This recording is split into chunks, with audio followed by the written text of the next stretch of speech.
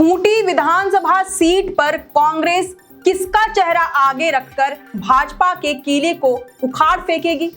क्या तोरपा में इंडिया गठबंधन किसी बड़े आदिवासी चेहरे के बल पर बड़ा खेल खेलने वाली है, या फिर भाजपा अपने चुनावी एजेंडे के जरिए दोनों ही सीटों पर वापस से कब्जा जमा लेगी? दरअसल झारखंड में अब बहुत जल्द चुनावी बिगुल बजने वाला है। 2 दिनों के बाद भारतीय निर्वाचन आयोग की टीम विधानसभा चुनाव की तैयारियों का जायजा लेने रांची आएगी। माना जा रहा है कि अब से बस कुछ ही दिनों में चुनाव की घोषणा के साथ साथ राज्य भर में आचार संहिता लागू हो जाएगा। ऐसे में विभिन्न राजनीतिक दल अपनी अपनी तैयारियों में तेजी ला रहे हैं। भाजपा ने तो पहले से ही सारी तैयारियां शुरू कर दी हैं। सीट शेयरिंग पर लगभग बात बन ही गई है, बस ऐलान करना बाकी है। वहीं कांग्रेस में अब भी दावेदारी का सिलसिला जारी है, जहां एक तरफ भाजपा जेएमएम और कांग्रेस के किले में सेंधमारी की फिराक में है, वहीं दूसरी तरफ कांग्रेस भी कुछ कम नहीं है। कांग्रेस भी भाजपा द्वारा जीती हुई सीटों को अपने पाले में करने की पुरजोर कोशिश कर रही है। इसमें भाजपा द्वारा पिछले बार के चुनाव में फतह की हुई आदिवासी रिजर्व सीट्स मसलन खूंटी और तोरपा भी शामिल है।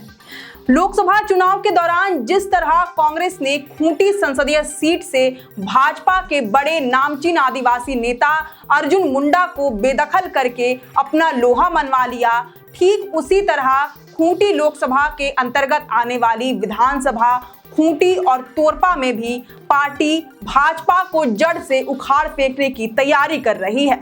इसके लिए कांग्रेस से टिकट के दावेदारों को अच्छी तरह परखा जा रहा है, उनकी राजनीतिक जमीन को आंका जा रहा है, लेकिन अंतिम निर्णय पार्टी हाईकमान ही लेगी। दरअसल पिछले बार के चुनाव में भाजपा खूंटी और तोरपा के बदौलत मात्र 2 ही आदिवासी रिजर्व विधानसभा सीटों पर फतह कर पाई थी। ये दोनों ही सीटें पिछले बार गठबंधन के तहत जेएमएम के खाते में गई थी। इस बार कांग्रेस यहां पर दावा ठोक रही है। कांग्रेस का मानना है कि अगर खूंटी और तोरपा विधानसभा सीटों पर उसे लड़ने का मौका मिलता है तो वह निश्चित ही यहां पर जीत दर्ज कर पाने में सफल हो जाएगी। खूंटी लोकसभा में बाजी मार लेने के बाद अब कांग्रेस का दावा भी मजबूत दिखाई दे रहा है। ऐसे में बहुत संभव है कि ये दोनों ही सीटें इस बार कांग्रेस को मिल जाएं। खूंटी विधानसभा सीट की बात करें तो यहां पिछले बार के चुनाव में भाजपा के नीलकंठ मुंडा ने 26,000 से ज्यादा वोटों के अंतर से जेएमएम के सुशील पाहन को हराया था। उस दौरान जेवीएम की टिकट पर चुनाव लड़ रही दयामनी बारला ने 20,726 वोट्स अर्जित करके तीसरा स्थान हासिल किया था। हाल के समय में उन्होंने कांग्रेस का दामन थाम लिया है। विधानसभा चुनाव को देखते हुए उन्होंने खूंटी और तोरपा सीट पर दावेदारी भी पेश कर दी है। सूत्रों से मिली जानकारी के अनुसार दयामनी बारला ने कांग्रेस को अपना प्रोफाइल भी भेज दिया है। खासकर खूंटी विधानसभा को लेकर बारला की चर्चा सबसे अधिक है। साल 1995 में शुरू हुआ कोयलकारो आंदोलन से पहचान बनाकर दयामनी बारला आज एक प्रख्यात आदिवासी नेत्री के तौर पर जानी जाती हैं। दयामनी आदिवासी मूलवासी के मुद्दों को लेकर हमेशा से मुखर रही हैं। 2019 से पहले उन्होंने साल 2014 के विधानसभा चुनाव में आप पार्टी के टिकट पर खूंटी से हाथ आजमाया था। वहीं बात करें तोरपा की तो पिछले बार के चुनाव में भाजपा की ओर से कोचे मुंडा ने मात्र 9,500 वोटों के अंतर से जेएमएम के सुदीप गुड़िया को हरा पाने में कामयाबी हासिल की थी।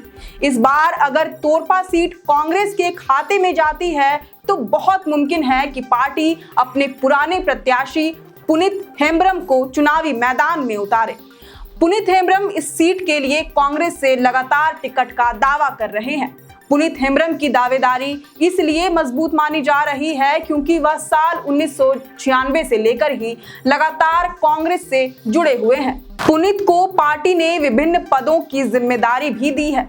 यही नहीं, 2005 के चुनाव में कांग्रेस ने पुनीत को उम्मीदवार भी बनाया था, लेकिन झामुमो और कांग्रेस के साथ हुए गठबंधन के बाद नाम वापस ले लिया था। 2014 के विधानसभा चुनाव में कांग्रेस ने फिर से पुनीत को उम्मीदवार बनाया था। हालांकि झामुमो प्रत्याशी ने जीत दर्ज कर ली थी। पिछले बार के चुनाव में गठबंधन के तहत ये सीट जेएमएम के खाते में चली गई थी, लेकिन फिर भी जेएमएम अपना तीर कमान नहीं चला पाई।